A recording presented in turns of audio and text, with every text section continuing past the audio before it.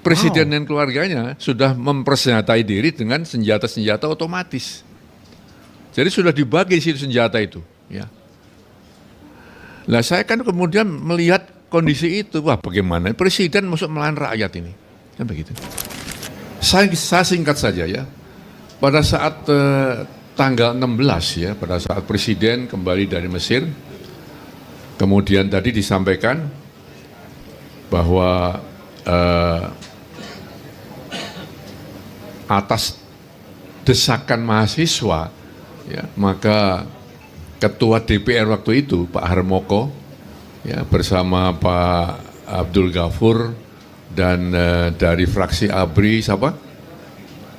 Pak fraksi ABRI itu waktu itu masih ada fraksi ABRI. Sarwan Hamid, ya, menghadap Presiden Soeharto mengatakan, Pak, Bapak sebaiknya mundur saja atas desakan mahasiswa. Ya. Nah, disinilah terjadi satu tawar-menawar antara mereka dengan kami, dengan TNI. Tapi kemudian saya sudah mendapatkan satu pemahaman bahwa tidak bisa DPR atas desakan mahasiswa meminta Presiden mundur. Waktu itu dengan dasar Undang-Undang Dasar 1945, Presiden itu diangkat dan diberhentikan oleh MPR, lembaga tertinggi negara. Yang bisa memberhentikan, yang bisa minta berhenti adalah MPR. Dengan apa? Dengan mencabut mandat kepada Presiden. Maka waktu itu Majelis Permusyawaratan Rakyat, lembaga tertinggi negara itulah ya yang memberi mandat kepada Presiden. Dia milih Presiden, milih wakil Presiden, diberi mandat. Maka Presiden adalah mandataris MPR. Dia jatuh, dia berhenti kalau mandat dicabut. Saya kemudian menghadap Presiden, Pak, atas desakan DPR, mungkin ABRI bersikap ya bahwa kami akan tetap mempertahankan pemerintah yang sah, ya, dan akan tidak mempertahankan lagi apabila MPR telah mencabut mandat dari Bapak Presiden. Jadi sekarang mempertahankan pemerintah ya, bukan mempertahankan Presiden, mempertahankan pemerintah yang sah waktu itu. Presiden menjawab waktu itu tanggal 16 Mei malam, 16 Mei malam, 98. Beliau mengatakan, waktu itu saya menambahkan, Pak, kami akan tetap mendukung pemerintah yang sah. Namun kalau ini berkepanjangan, saya katakan begitu, maka korban akan berjatuhan dan lebih banyak lagi. Ya. Beliau mengatakan, saya tidak ingin rakyat menjadi korban. Saya tidak akan pertahankan kekuasaan dengan alat-alat senjata. Itu saya catat waktu itu. Kemudian proses berlanjut kan, beliau ingin mereformasi kabinet, ternyata ada 14 menteri yang tanda tangan untuk tidak sedia untuk masuk ke kabinet reformasi kalau ada reformasi. Ada 14 menteri. Saya nggak usah sebut namanya, tapi sekarang masih ada itu para penanda tangan itu masih ada. Ya. Kemudian juga beliau ingin membentuk satu dewan reformasi yang terdiri para tokoh-tokoh negara waktu itu, termasuk Gus Dur dan sebagainya, Amin Rais, Gus Dur, Nurholis Majid dan sebagainya.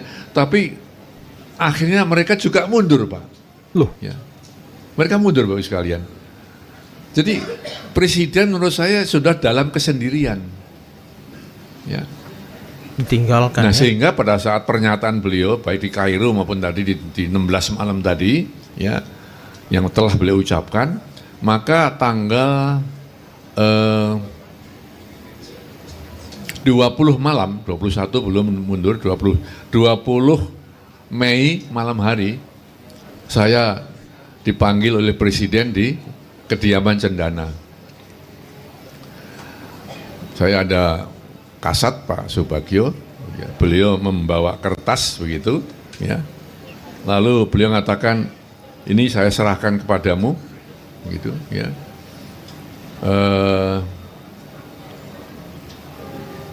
Istilahnya itu waktu itu keputusan Presiden, jadi Kepres nomor atau bukan keputusan, Inpres, instruksi Presiden nomor 16 ya, gitu. Impres ya. Ada nomornya. Saya serahkan kepadamu. Kamu saya angkat menjadi, ya kecuali Menhan Pangap, saya angkat menjadi Panglima Komando Operasi Keamanan dan Keselamatan Negara. Oh iya kayak Nah, tapi Soekarno ada dulu Pak, ya. kata-kata yang saya waktu itu masih bingung ya. Nah teman-teman, sebelum kita lanjut videonya, jangan lupa like, subscribe, dan share ya, agar semakin banyak orang yang mengetahui terkait dengan cerita 98 dan bagaimana perintah Pak Soeharto terkait kerusuhan 98. Dan ada cerita yang menarik ketika ada upaya untuk menghabisi Bapak Soeharto di kediamannya di Cendana, teman-teman. Dan ini mungkin tidak banyak yang tahu seperti apa ceritanya. Kita lanjut videonya berikut ini. Tidak terlalu paham, tapi akhirnya saya memahami ya. Pada saat itu saya nggak paham karena ada embel-embel, ya, surat ini kamu pakai boleh, tidak juga tidak apa-apa, begitu. Ya, Wow. ya, kamu pakai boleh, tidak juga tidak apa-apa. Bapak Ibu sekalian, di militer nggak pernah ada perintah seperti itu, nggak pernah. Abu-abu jadinya. Ini saya perintahkan, ya, laksanakan, siap laksanakan kan begitu. Ini disuruh pilih. Tapi begitu kamu laksanakan boleh, tidak juga nggak apa-apa. Saya mau terus bilang apa ini ya? Ya. Baik Pak, saya pelajari Pak. Gitu aja. Disuruh Saya pilih ya kan. saya baca perjalanan antar Cendana sampai ke Merdeka Barat. Saya sudah ditunggu staf di sana. Dan mereka tahu saya nggak ada presiden. Ya. 10 menit saya baca. Jadi Inpres 16 itu memberikan keluasaan saya untuk membuat kebijakan tingkat nasional. Oh iya. Iya. Diizinkan Persis kayak- untuk saya menetralisir berbagai sumber kerusuhan dan siapapun yang membantu kerusuhan itu. Semua menteri, pejabat pusat dan daerah harus membantu Panglima untuk mengatasi hal ini. Ya. Jadi kuat sekali. Ya. Ya. Di sini pikiran macam-macam di sini, tapi saya nggak berani memutuskan dulu sebelum ketemu staf, begitu. Sehingga pada saat di Merdeka Barat saya sudah ketemu staf, saya ajak rapat, saya jelaskan ini saya dapat perintah seperti ini, surat ini seperti ini, bunyinya seperti ini, ya. Coba, ya, di TNI itu atau di militer itu, Bapak Ibu sekalian, kalau ingin bertindak selalu ada satu proses, ya, hubungan komandan dan staf. Komandannya minta pertimbangan staf membuat satu analisis, membuat cara bertindak, ya, paling enggak 2. Jangan 1, paling enggak 2. Nanti komandan yang milih, kan gitu kan. Nah, cuma 2 itu Bapak ambil alih atau enggak? Kan begitu. Tapi waktu itu sudah kita bahas, kalau diambil alih, suasana negara waktu itu, dolar 16.000 dari 2.400 ya menjadi 16.000 rupiah per dolar. Tadi dikatakan makanan kosong, rakyat menderita. Gitu. Orang reformis ini masih ngotot ya presiden mundur dan harus ada pergantian rezim, kan begitu. Saya mantan ajudan, mantan panglimanya presiden dapat surat dari presiden dijatuhkan. Pasti mereka ya akan ngotot ya bahwa akan mengubah rezim Orde Baru dengan semua ya, yang terlibat menjadi rezim yang baru. Tapi satu hal Bapak sekalian, ya, di militer juga ada namanya kir korban, perkiraan korban jatuh kalau kita melaksanakan aksi. Oh, Saya katakan begitu. kalkulasi Oke, lah ya. kalau sekarang kita akan membuat negeri ini aman, harus ada keputusan-keputusan yang diakui rakyat melalui DPR. Maka kalau kita akan mengosongkan DPR supaya bisa bersidang, korban berapa? Ya. Saya tanya Asintel waktu itu, Pak Zeki Anwar Makarim. Ya. Beliau menjawab setelah ngitung, nggak tahu hitungannya gimana, cara ngitung saya juga nggak nanya, ngitung. Ya. Pak, kira-kira 200 sampai 250 mahasiswa mati. Wah. Gitu. Maka terakhir ya penutupan rapat itu pada saat Pak Susilo Bambang Yudhoyono, ya, waktu itu masih bintang 3, jadi masih, saya manggilnya masih bukan Pak SBY, belum, manggilnya masih Bang, ya, Bang gimana Bang, kan gitu. Bang, iya. Sekarang nggak berani, nggak berani. Gimana? Ya, dia mengatakan, Pak, apakah Bapak ambil alih besok, begitu kan? Saya sudah ambil keputusan karena tidak, ya, besok kita antarkan pergantian kekuasaan dari presiden kepada wakil presiden. Sekarang buatkan pernyataan politik dari ABRI, besok saya bacakan. Beliau nulis 1-5, 1 poin sampai 5 poin. Yang itu saya bacakan setelah serah terima dari Pak Soeharto kepada Pak Habibie. Tapi intinya adalah saya minta supaya rakyat menerima itu, kemudian rakyat meredakan emosinya supaya keamanan dipulihkan. Dan yang ketiga, ABRI akan tetap mengakui pemerintah yang sah. Yang keempat, ya ini yang menjadi masalah. Ya. Pada saat keempat ini kan berhubungan dengan Pak Harto waktu itu. Bapak Ibu sekalian, saat kita sedang berapat itu ada 2.000 ya, mahasiswa dan pendemo berjalan dari gedung MPR menuju Cendana. Untuk apa? Untuk menghabisi presiden dan keluarganya. Presiden dan keluarganya sudah mempersenjatai diri dengan senjata-senjata otomatis. Jadi sudah dibagi senjata itu. Ya. Nah saya kan kemudian melihat kondisi itu, wah bagaimana presiden masuk melawan rakyat ini, kan begitu. Kemudian wartawan Live ya, majalah Live datang ke saya, mengatakan Pak Wiranto hati-hati, akan ada lagi korban, ya, akan dimunculkan lagi korban di Cendana, harus hati-hati. Maka saya perintahkan polisi untuk membuat barikade, saya katakan, buat barikade 50 meter. Jangan sampai ada konflik langsung antara aparat keamanan dengan demonstran. Saya tidak ingin ya rakyat Indonesia disebut barbar karena membunuh presidennya. Ya, sehingga yang keempat saya tulis bahwa berdasarkan nilai luhur budaya bangsa, maka ABRI akan menjaga keselamatan para mantan presiden dan keluarganya. Nah, ini pun tidak mudah Pak, karena waktu saya ingin menulis poin 4, saya telepon dulu ke Mensesnek Pak Murdiono waktu itu, sudah almarhum ya. Pak Mensesnek, ini kira-kira dasar hukumnya apa? Nggak ketemu Pak, dasar hukumnya nggak ketemu, ngamankan presiden itu nggak ketemu. Akhirnya saya ambil saja satu, katakanlah, landasan etis saja ya, bahwa budaya kita selalu ya mikul dhuwur mendem jero untuk para pimpinan kita, atasan kita. Maka ya dengan berdasarkan nilai luhur budaya bangsa, maka ABRI akan menjaga keselamatan para mantan presiden, tidak hanya Pak Harto ya, dan keluarganya. Nah, kira-kira seperti itu. Jadi ini sebenarnya satu peristiwa yang cukup bersejarah, di mana dalam keadaan kritis ya, maka TNI tidak ada sedikit pun keinginan untuk mengambil alih kekuasaan. Tidak seperti Thailand. Thailand 11 kali terjadi kudeta dari militer terhadap pemerintahan sipil, ya, karena direstui raja. Di sana masih ada raja. Ya. Kita tidak. Nah itulah yang kemudian ya sudah diketahui publik, tapi belum sejelas yang saya jelaskan seperti ini. Gitu ya. Bapak sekalian, satu lagi yang barangkali saya perlu klarifikasi adalah bahwa kerusuhan itu sebenarnya dipicu oleh peristiwa Trisakti, ya, di mana tidak pernah ada komando untuk menembak para mahasiswa. Persuasif, edukatif, kompromis, dialogis, tidak boleh bawa peluru tajam. Tapi tetap ada penembakan, tetap ada korban. Ya. Ya. Itu sebenarnya dalam pelanggaran atau dalam kamus pelanggaran HAM, itu bukan by commission, ya, atau ya istilahnya yang langsung apa namanya, by commission and satu lagi ya, atas perintah maupun ya atas persetujuan, tidak ada. Ya.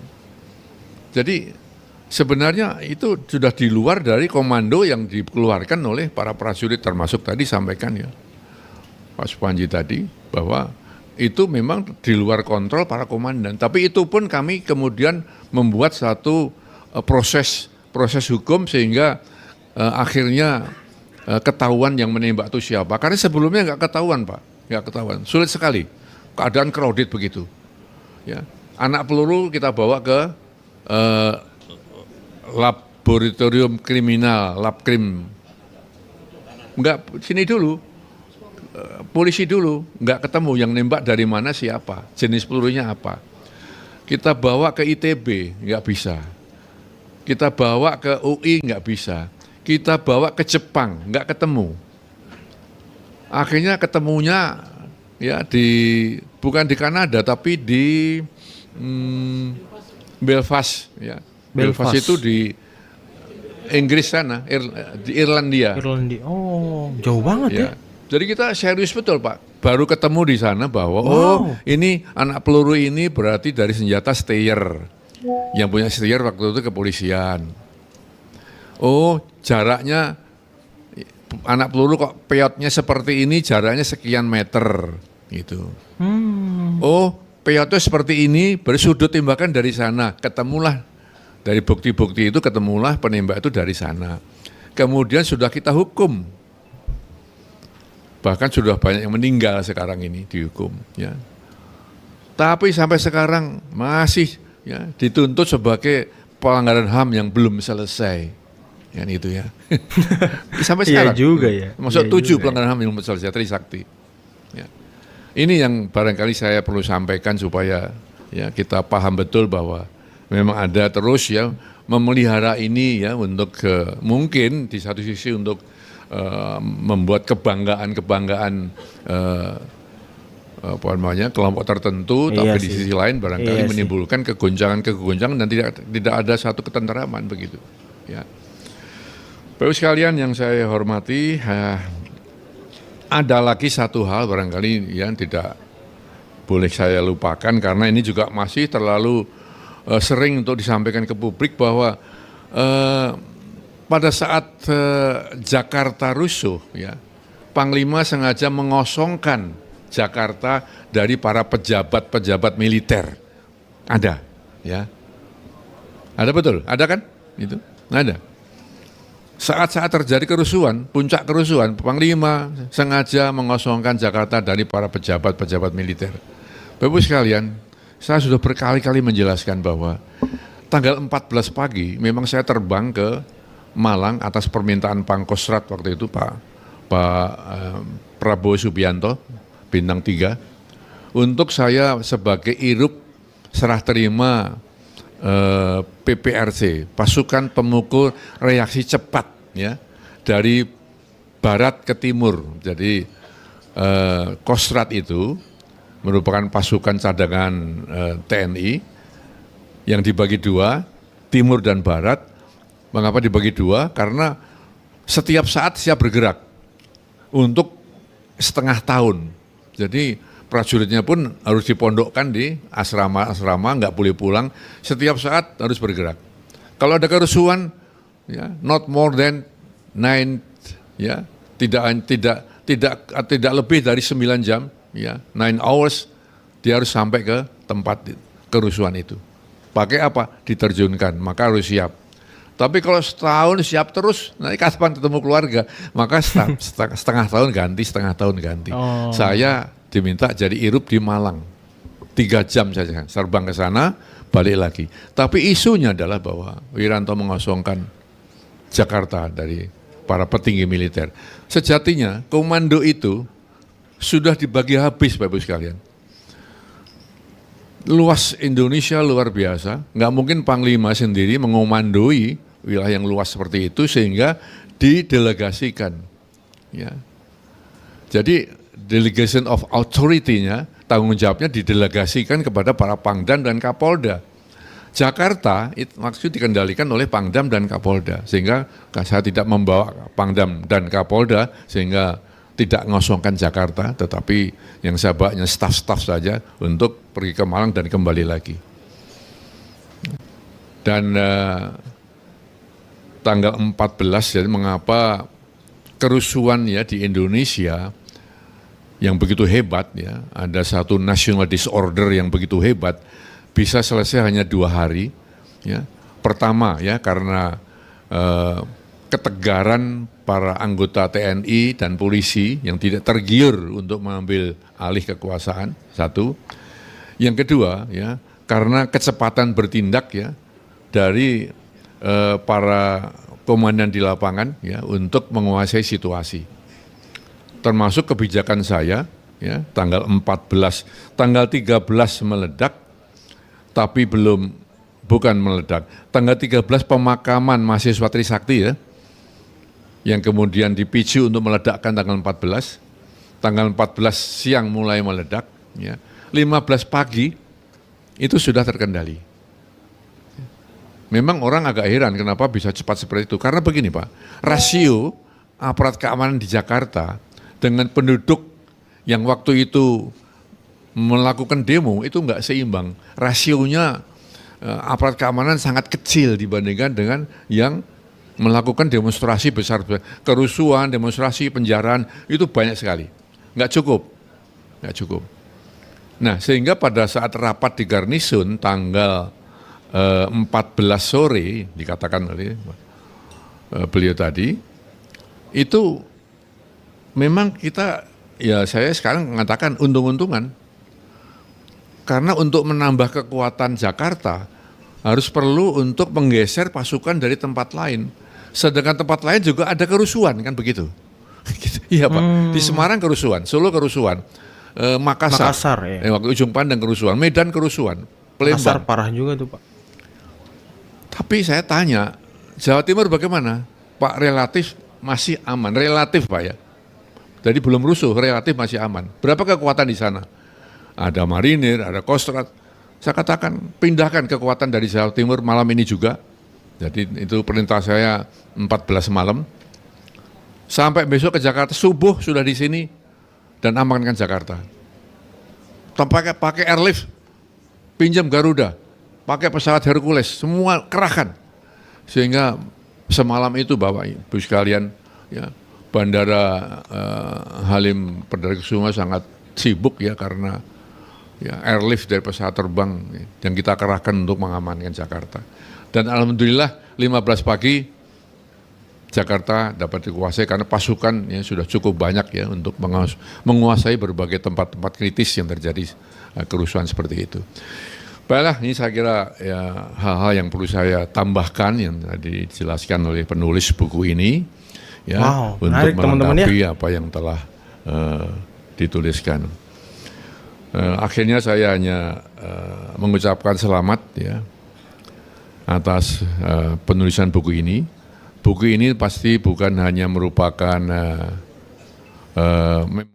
Wow, menarik banget cerita dari Pak Wiranto ya teman-teman ya. Ternyata ya yang saya highlight sebenarnya perintah dari Presiden Soeharto ketika kerusuhan terjadi. Nah ini perintah yang Pak Wiranto pun katanya bingung untuk menerjemahkannya karena bisa digunakan bisa tidak surat perintahnya.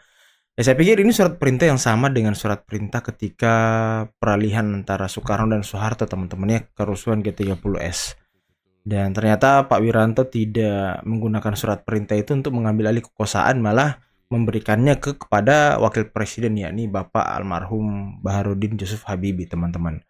Inilah mungkin salah satu kebesaran hati Pak Wiranto ya, karena tidak memanfaatkan surat perintah itu untuk menjadi presiden atau kepala negara teman-teman.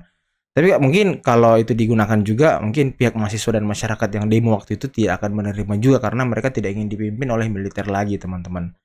Dan ini sangat menarik serta cerita tentang adanya gerakan untuk membunuh adanya gerakan untuk menghabisi dalam tanda kutip mantan Presiden Soeharto di kediamannya di Cendana yang akhirnya diperintahkan kepada Pak Wiranto untuk membuat blokade 50 meter dari rumah dari Bapak Soeharto teman-teman. Dan katanya di sana sudah dipersiapkan senjata peluru tajam untuk menghalau orang-orang yang ingin bertindak lebih kepada mantan presiden ataupun Presiden Soeharto waktu itu.